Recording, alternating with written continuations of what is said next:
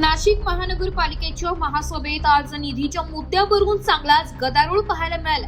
काही सदस्यांकडून निधीवरून राजकीय डावपेच रचत राजदंड पळवण्याचा प्रयत्न झाल्याची चर्चा रंगली, ज्यामुळे सभागृहात काही काळ तणावपूर्ण वातावरण निर्माण झालंय। या सर्व घडामोडींमध्ये महापौर हिमगौरी आहेर यांनी अत्यंत शांत आणि संयमी भूमिका घेत परिस्थिती प्रभावीपणे हाताळली।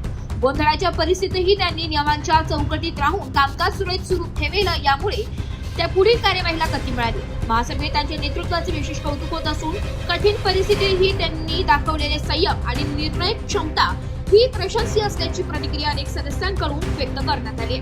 निधीच्या मुद्द्यावर पुढील बैठकीत सविस्तर चर्चा होण्याची शक्यता असून पारदर्शकतेने निर्णय घेण्याची अपेक्षा व्यक्त केली जाते।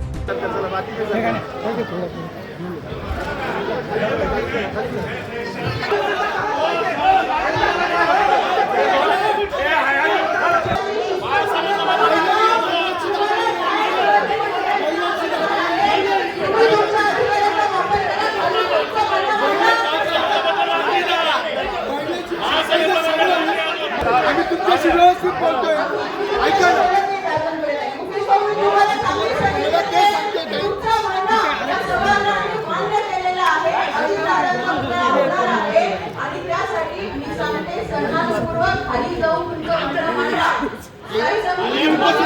मला ब्युरो